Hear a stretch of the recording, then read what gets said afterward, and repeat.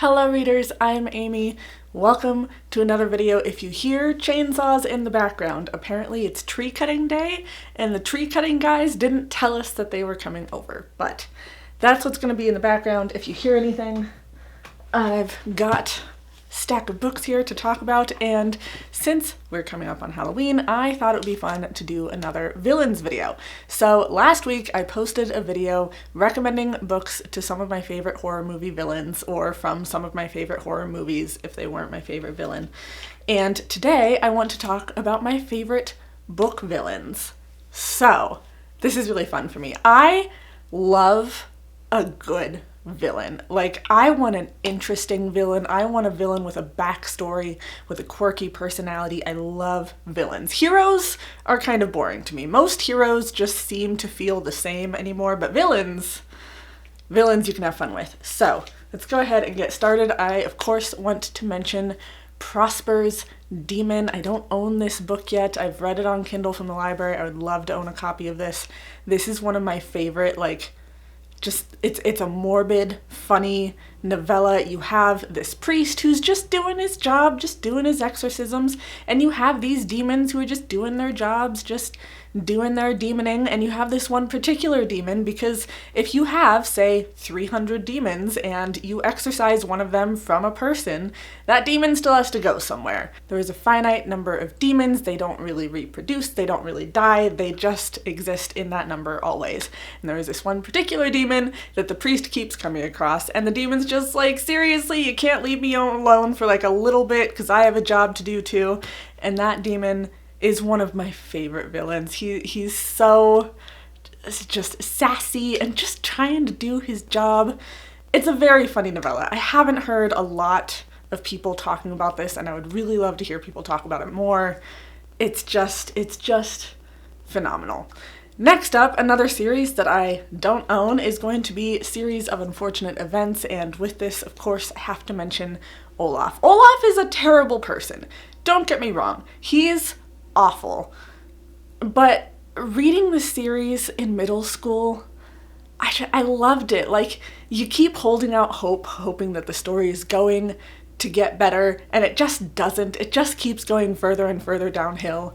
And the thing with Olaf, again, he's sassy, he's quirky, he tries ridiculous schemes that usually, for the most part, kind of work, and just the people that he hires under him, and the fact that he always thinks he's the best and he's in control, and his theater thing, like, he thinks he is such a good actor, but with most children's stories, he gets away with it, and the adults just don't know because the adults are stupid, because that happens in a lot of children's books.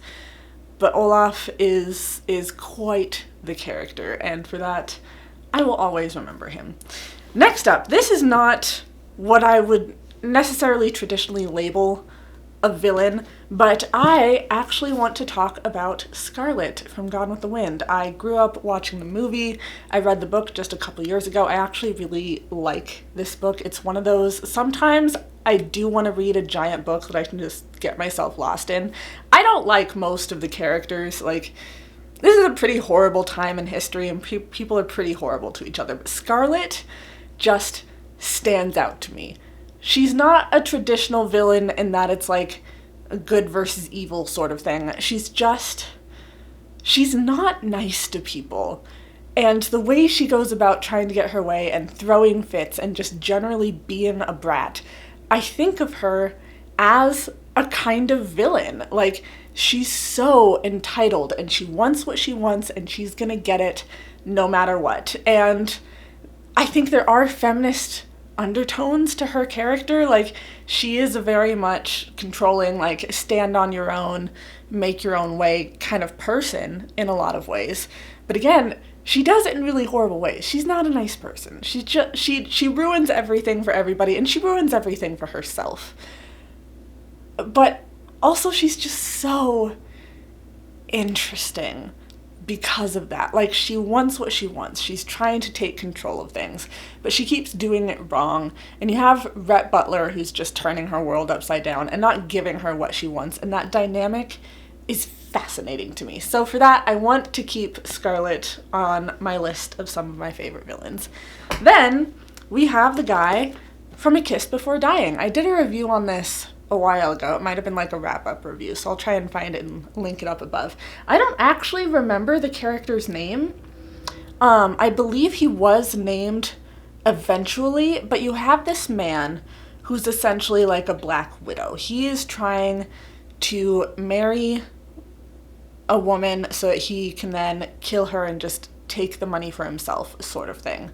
And when that first bride dies, he ends up going after someone else. And if I remember correctly, it's even someone from the same family. And she's trying to find out, was her sister murdered? Did her sister commit suicide? What happened with this? While also trying to have a dating life with this person who may or may not be the killer. And Ira Levin is kind of a genius.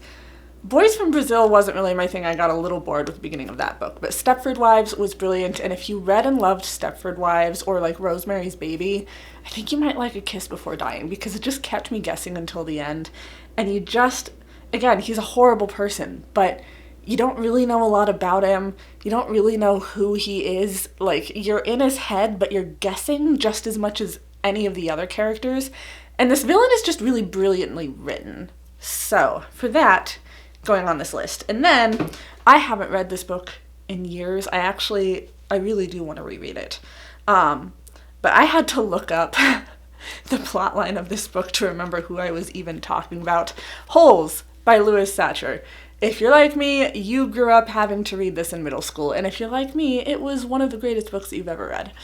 Kissin' Kate Barlow is the villain I want to talk about. She's not really the villain. The villain is like the camp counselor lady, but because she is known as an outlaw, as a villain, I want to have Kissin' Kate Barlow on this list. She falls in love. She has that love stolen away from her. She wants to get her revenge, and for that, she's a villain. She has a revenge plot. She's trying to go after people. She's known for leaving, a kiss or a mark with lipstick or something, and it's fascinating because this is one of the few villains, really, that we get like a full backstory. We fully understand her and why she's doing what she's doing. And we still say, hey, that's wrong. You're an outlaw. You're going about this the wrong way. But at the same time, we're kind of cheering her on because we know why she's a villain.